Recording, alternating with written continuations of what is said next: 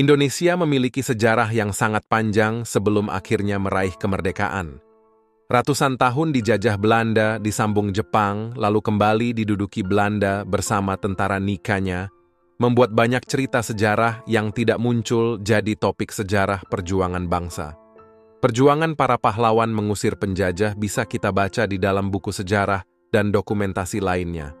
Tetapi tahukah kamu ternyata ada sejumlah peristiwa yang tidak ditulis di dalam buku sejarah?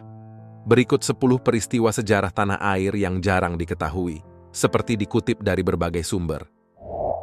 1. Bung Karno tidak puasa saat bacakan teks proklamasi. Mungkin tidak banyak yang tahu, Hari Proklamasi Kemerdekaan 17 Agustus 1945 jatuh pada bulan Ramadan. Namun saat itu Presiden Soekarno tidak berpuasa karena sedang sakit akibat gejala malaria tertiana. Ketika dibangunkan di pagi hari, Bung Karno mengeluh badannya terasa seperti meriang. Setelah disuntik dan minum obat, ia kembali tidur dan bangun pada pukul 9 waktu Indonesia Barat untuk bersiap-siap memproklamirkan kemerdekaan RI pada pukul 10 waktu Indonesia Barat. Yang kedua, bendera pusaka dari spray dan penjual soto. Bendera merah putih yang akan dikibarkan setelah saat pembacaan proklamasi kemerdekaan sebenarnya telah dibuat Fatmawati, istri Bung Karno. Akan tetapi, bendera yang dijahit Fatmawati itu dianggap terlalu kecil untuk dikibarkan. Akhirnya, Fatmawati membongkar lemari mencari kain untuk menjahit bendera baru. Bendera dibuat dari kain spray berwarna putih, sementara bagian merahnya dibeli dari seorang penjual soto. 3. Demi patung Dirgantara, Bung Karno jual mobil. Pembuatan patung Dirgantara atau patung Pancoran sempat terhenti karena peristiwa Gerakan 30 September PKI. Saat peristiwa G30S PKI itu, posisi Bung Karno sebagai Presiden Indonesia sedang di ujung tanduk. Namun, demi menyelesaikan pembuatan patung Dirgantara, Bung Karno harus menjual mobilnya. Bung Karno lalu menyerahkan uang hasil penjualan mobil sebesar 1,7 juta kepada Edhi Sunarso, sang pemahat patung. Tak hanya itu, Edhi ternyata juga turut merogoh kocek pribadi hingga mengutang ke pemasok bahan pembuatan patung. Sayangnya, sebelum patung itu diresmikan, Bung Karno telah meninggal dunia terlebih dulu. Edhi yang melihat iringan mobil jenazah Bung Karno saat sedang melakukan penyelesaian akhir di atas patung, kemudian turun dan ikut mengiringi kepergian Bung Karno. 4. Penulis naskah pidato bahasa Inggris Bung Karno berdarah Viking. Soekarno mempercayakan pembuatan pidato bahasa Inggris pertamanya kepada Ketut Tanri. Ketut Tanri adalah perempuan warga negara Amerika Serikat kelahiran Skotlandia yang juga berdarah Viking. Ketut Tanri bernama asli Muriel Stuart Walker. Ia turut bergerilya bersama Bung Tomo dan pejuang lainnya di Jawa Timur sebelum akhirnya tinggal di Yogyakarta, ibu kota negara Indonesia pada saat itu. Ketut Tantri menetap di Indonesia selama 15 tahun dan turut mengobarkan semangat perjuangan bagi bangsa ini. 5. Draft naskah proklamasi sempat hilang. Draft naskah proklamasi ditulis tangan oleh Bung Karno dan dibantu Bung Hatta dalam pemilihan kata-katanya. Namun, setelah acara pembacaan proklamasi kemerdekaan, naskah tulisan tangan Soekarno itu hilang. Wartawan senior Indonesia bernama B.M. Diah menemukan draft tersebut terbuang di tempat sampah. B.M. Diah lalu menyimpan draft proklamasi selama 46 tahun, 9 bulan, 19 hari, sebelum akhirnya diserahkan ke pemerintah pada 29 Mei 1992. Nomor 6. Rekaman suara Bung Karno, baca proklamasi, dibuat 5 tahun setelah kemerdekaan. Kita tentu pernah mendengar suara asli Bung Karno saat membacakan teks proklamasi. Banyak yang mengira suara Bung Karno pada rekaman adalah suara asli Bung Karno pada saat pembacaan naskah proklamasi 17 Agustus 1945.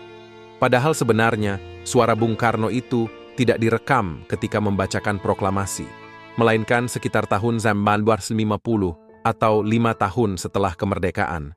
Jika bukan karena Jusuf Ronodipuro yang merupakan pendiri RRI meminta Presiden Soekarno kembali merekam pembacaan teks proklamasi kemerdekaan. Maka, sekarang kita tidak dapat mendengar suara Soekarno saat membacakan naskah proklamasi. Karena Soekarno beranggapan pembacaan teks proklamasi hanya berlaku satu kali dan tidak bisa diulang, maka hanya akan dibacakan satu kali saja. Argumentasi Jusuf membuat Bung Karno berpikir ulang mengenai keputusannya. Hingga akhirnya Bung Karno setuju suaranya direkam sekali lagi pada saat membacakan naskah proklamasi. Setelah sesi rekaman itu, barulah teks proklamasi mulai digandakan pada tahun 1959 hingga sekarang akhirnya bisa kita dengar. 7. Nusantara bukan wilayah Majapahit. Selama ini kita hanya mengetahui daerah kekuasaan Kerajaan Majapahit mencakup seluruh Nusantara, bahkan Thailand dan Champa. Padahal sebenarnya tidak ada bukti pasti yang menjelaskan wilayah Majapahit mencakup seluruh Nusantara. Daerah efektif kekuasaan Majapahit ternyata hanya sebatas Pulau Jawa saja, bahkan hanya Jawa Tengah dan Jawa Timur. Nusantara merupakan koalisi antara kerajaan-kerajaan untuk kepentingan keamanan dan perdagangan regional.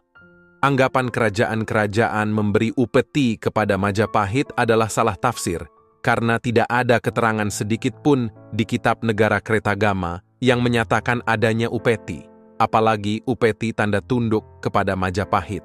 Menurut Negara Kretagama, Majapahit memang sering mengadakan pesta yang mengundang kerajaan-kerajaan dan wakil kerajaan membawa hadiah bagi Raja Majapahit.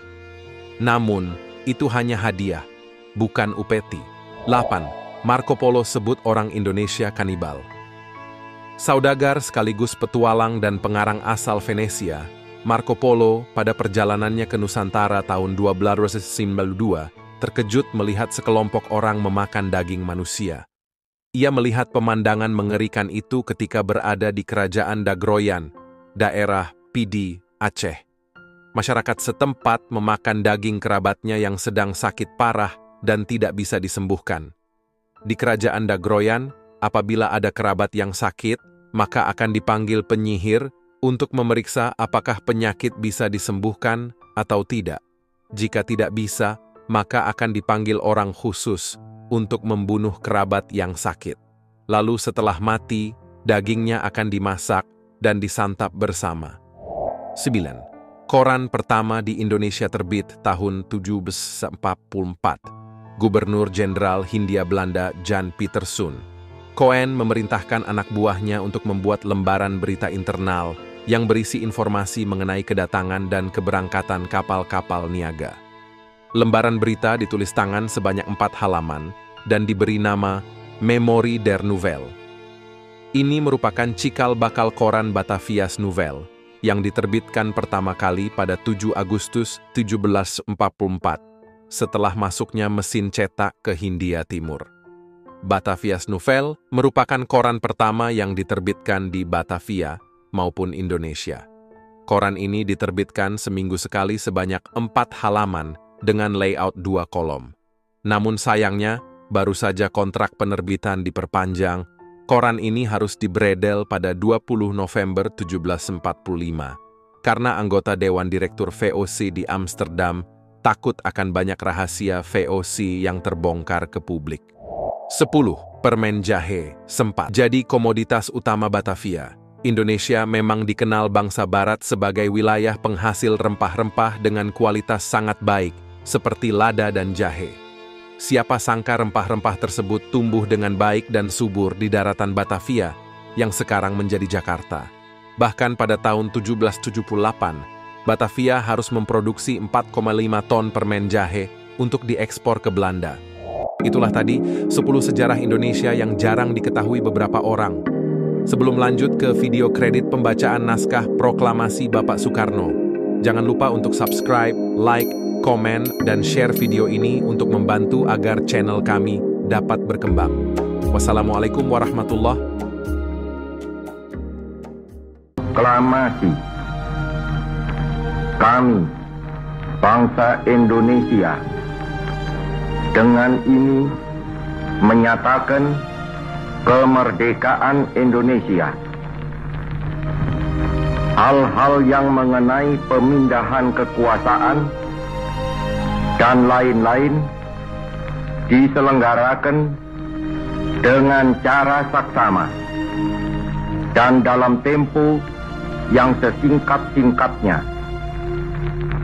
Jakarta, 17 Agustus 1945, atas nama bangsa Indonesia, Soekarno, Hatta.